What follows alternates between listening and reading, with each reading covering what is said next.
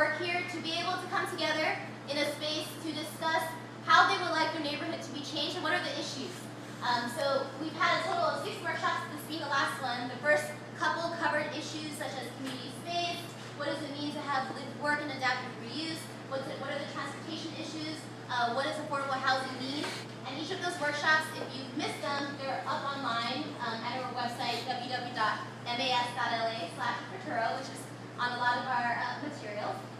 And tonight is the last meeting as a way to give the community an opportunity to shape rules that is going to affect this neighborhood. It's limited to specific pieces of land, and what we can change has some parameters. And what the stations are here, we're going to get into group facilitation in about 10 minutes, but just in case you guys didn't get a chance to visit different stations. These are some of the information that the Department of City Planning created about 2 weeks ago in their first public workshop.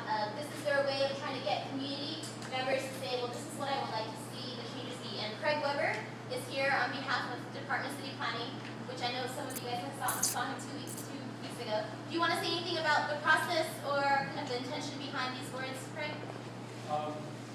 I guess briefly, just building on what you've already said, there's obviously a council motion to look at revising the zoning rules for the industrial area in the Legion Valley. So these are intended to invite conversation about some of the particular things that could be addressed. So that's how much residential buildings, how big could they be, how large and how tall will buildings be, what types of non-residential uses could be allowed. So the conversation is really around taking the regulations that exist and fine-tuning them to better suit what's appropriate in the neighborhood.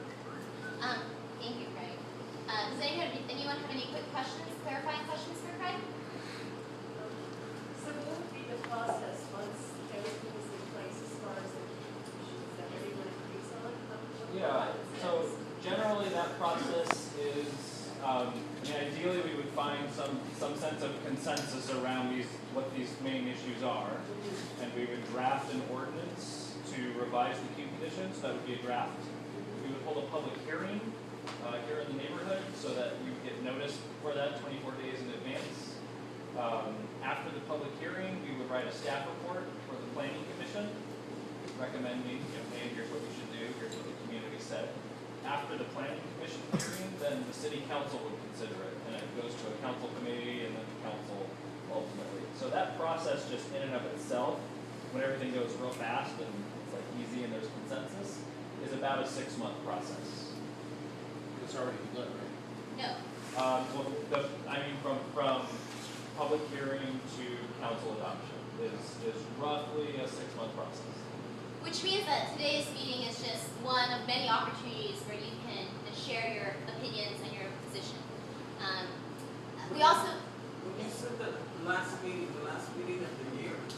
The last meeting, we partnered up with the Elysian Valley Neighborhood Watch to co-host our workshop file with them, and it was the last meeting for them of the year. They meet the second Wednesday of each year. But you said right now this is the last meeting. This is the last meeting only for the Project Futuro de Frogtown, which is a short community-based effort based on different topics to kind of bring community members together.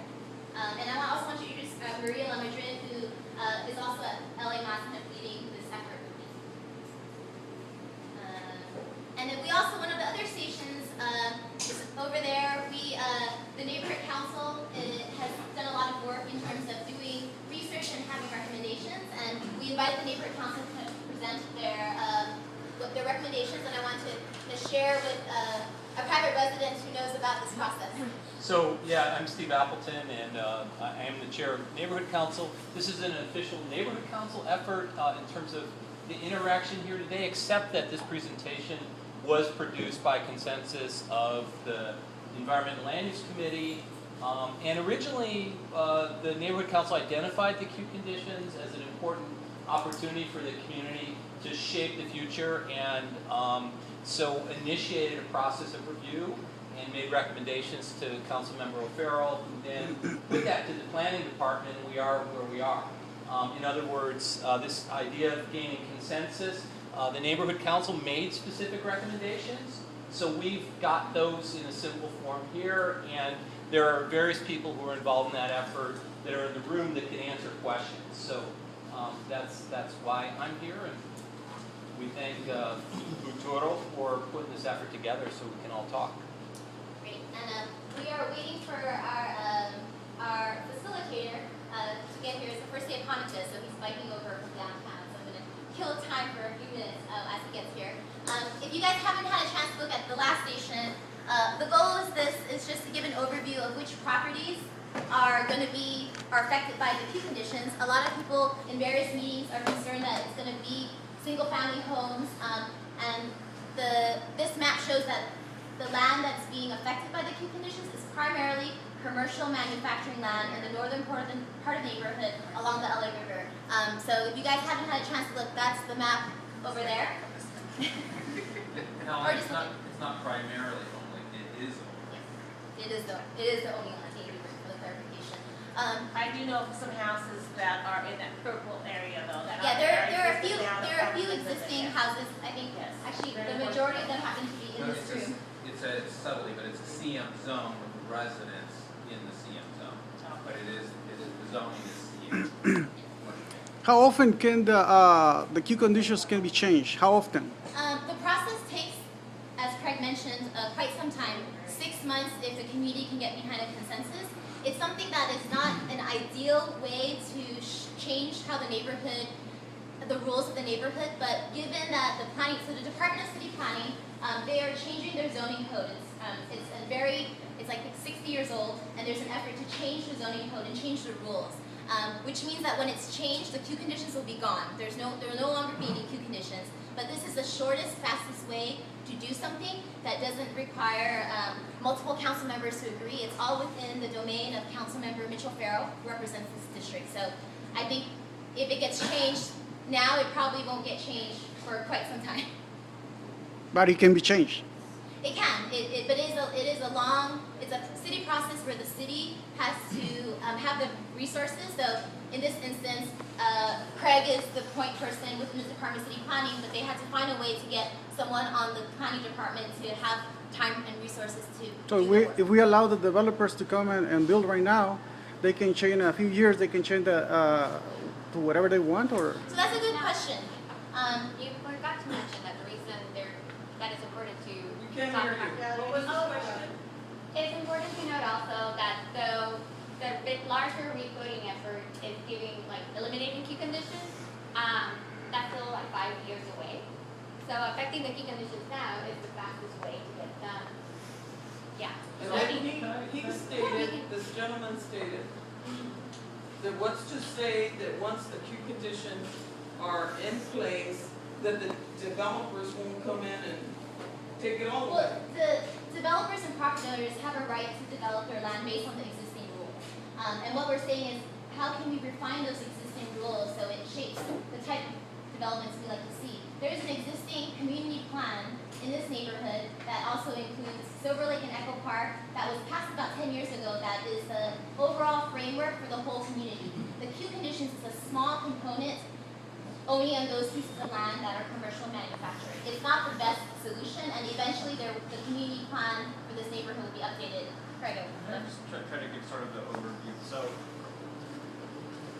generally every 20 years, the city will do a community plan process for one of its 35 community plan areas. So here we are in the Silver Lake Echo Park Elysian Valley community plan area. And about 12 years ago, the city went through a process of meeting with all the stakeholders around the area, sort of mapping out what's the vision, what's the blueprint for how things are going to be built in this community. And so that process was finished about 12 years ago. And so new zones were adopted. That's when the queue conditions were adopted for this area, different zoning regulations on Sunset Boulevard. I mean, it was sort of the whole thing. And then we finished one plan area, and then we've got to move on to another one. And so the idea is you don't really want to be having these type of what sort of zoning do you want to have conversations, except for about every 20 years. Now what happens is things change, issues come up, and so the city council will try to respond to those. So in this case, Councilman O'Farrell initiated initiated a motion a few months ago saying, hey, planning department, we really need you to look at Elysian Valley. There's some unique issues happening now that we need to respond to. And so that's requested that the planning department look at changing the zoning and the queue condition, which I realize is kind of an abstract term, to be more responsive to what it is that we're dealing with today. So we're looking at it sooner than the sort of 20-year cycle that we'd like to. It's a heavy lift. It takes resources. It takes a lot of meetings like this and try to find consensus. We can't be doing that for every neighborhood all the time, every time issues come up. So we really have to be shrewd about how we address neighborhood issues like this. So that's the way that the city looks at it. Now, apart from that, if you are a property owner or a developer, and you want to seek your own request to change the zone, you can apply. And you can spend tens of thousands of dollars to do that and go through your own process. And there'll still be public meetings and a public hearing, and the planning commission has to think about it, and the city council has to think about it, and ultimately someone makes a decision. But that zone change still has to be in alignment with what the community plan says. So it's unlikely that someone would come in and say, I want to do a zone change for something radically bigger than what's allowed now.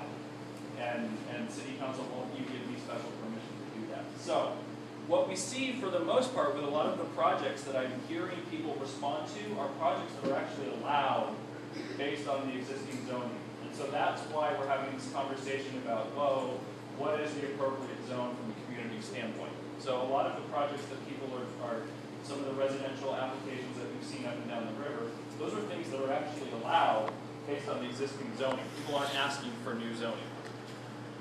I hope that helps.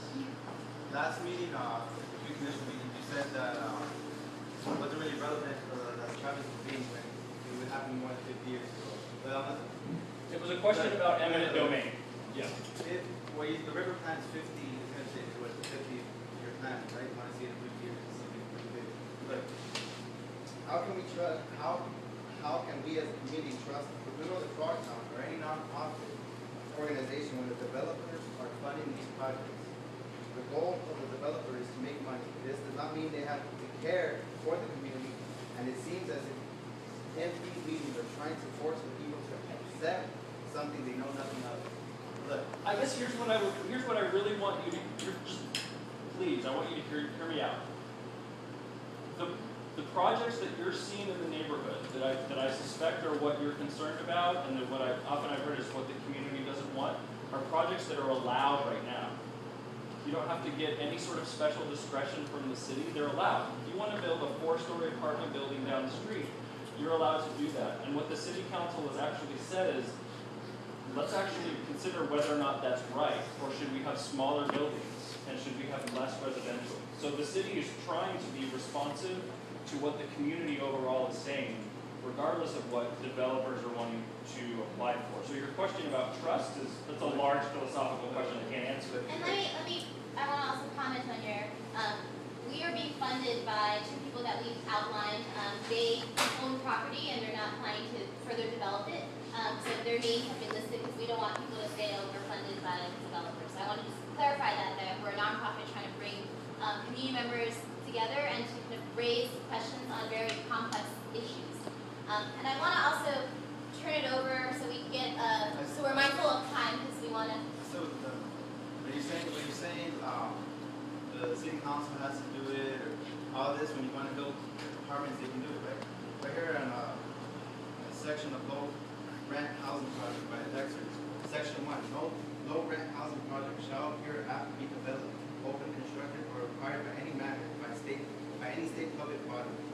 So you're giving the power to the city when it says at the end, project by voting in favor, there should be a general election or a special election. What are you reading? The Constitution of California. Thank you.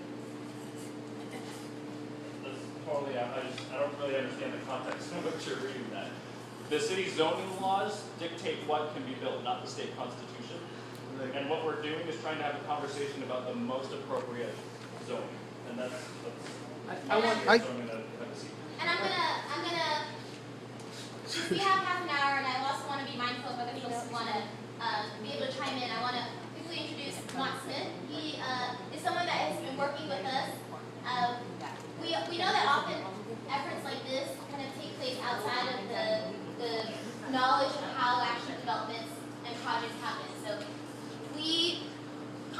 Dumont because he is someone that has had experience in the real estate development. He's not developing this community, which I know some people were wondering about. He's someone who has developed a lot of exciting projects in the neighborhood, is familiar with transportation issues, and is someone that is well versed in policy and planning. He also teaches at USC, so he would be a great fit as a complement to kind of being a sounding board. So it's a balance of, well, what do we want, what's realistic, and how do you actually make sure those things happen? How can we make sure policy actually results in developments we want to see? Because oftentimes policy is created and it does not affect